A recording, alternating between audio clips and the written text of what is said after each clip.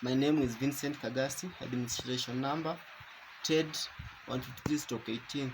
I'm recording this video concerning the industrial trip Tech 299 technology trip 1. In this video, I've learned about introduction to industrial health and safety, where I've talked about reasons for having good health and safety. One of them is moral reasons, social and economic. Under moral lessons, or not moral reasons, we talk about when we're in a workplace, having one is not being injured, that's moral. And then social reasons for good health, how each and every person relates to one another in the workplace. And then I've talked about workplace hazards, where I've talked about chemical, biological and physical. In chemical, this is where one gets injured while using various chemicals that are present or rather that are in the store or other industry. Such of these chemicals include pesticides.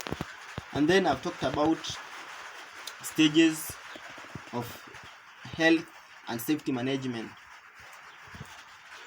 They include implementations. Stages of health and safety management, they include implementations, checking and corrective actions, and then management, revenue, and then policy. And then there's how to control workplace hazards. I learned about design, or rather reorganizing to eliminate hazards. I've talked about substituting the hazard. Substituting the hazards here means that, for example, in a store, we're having maybe chairs that are always causing accidents while one is passing. So you have to remove the chairs on the way, so to enable free movement. And then we have another control. I'm talking about isolating the hazards.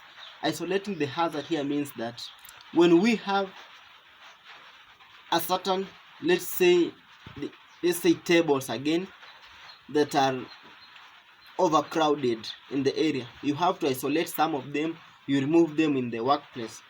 And then another way is that using of personal protective equipment, or rather PPEs. PPEs here, examples of them are gloves, used gloves, helmets, gumboots. These are examples of PPEs. And then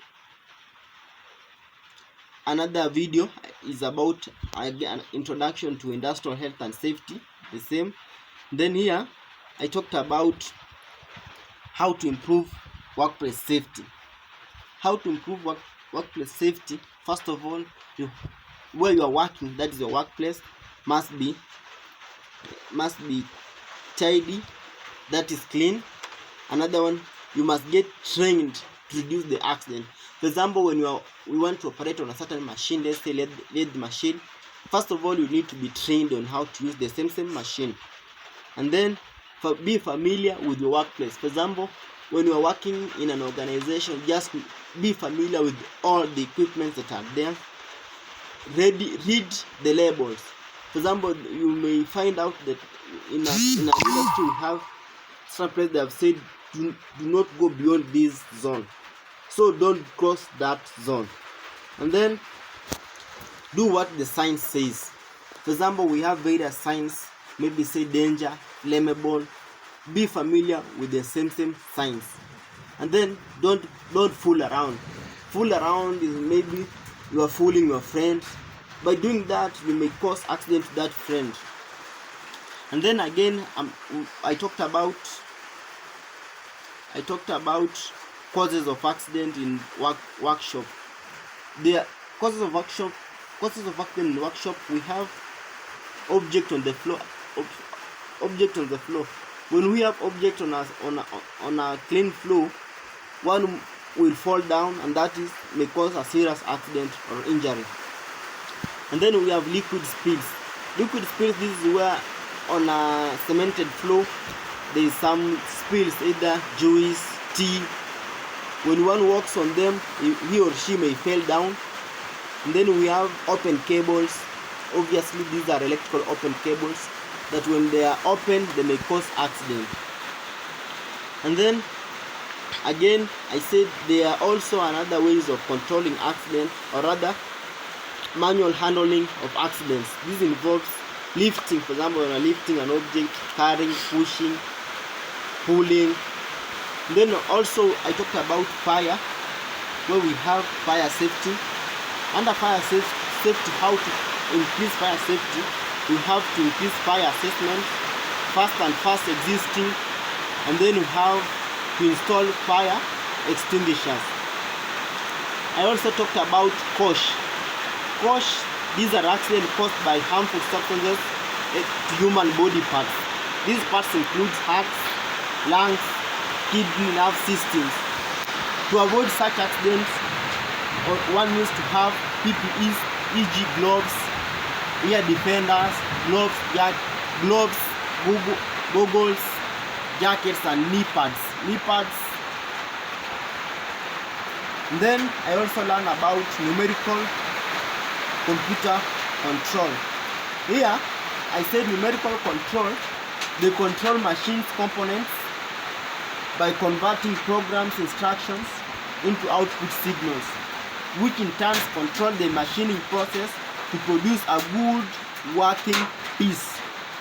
And then I also talked about numerical control, computer numerical control, where it builds upon the standards of numerical controls production capabilities by integrating computer processor to get a given machine control.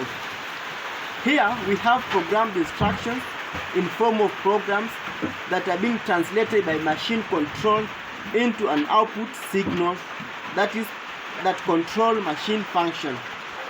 Again, the advantages they have over the numerical control is that part program can be manually edited and can form a computer memory codes. Another video that I've watched is about the plant layout, principles of plant layout and types of layout. And then the principles that I've watched in the videos, in the virtual trip videos, is that one of the principles include minimum movement in an industry, or rather in a organization, factories. One has to minimize the movement in and out of the industry. And then space utilization, such that distance from one machine to another must be a bit larger. And then I've talked about principles flexibility, where one is able to upgrade and change. One is able to change the machines from one place to another. And then another principle is the principles of cost. One needs to acquire, or one is able to afford the machines that are in the factories. And then types of layout, I talked about, or rather I watched the video and I found out that we have process layout, or functional layout.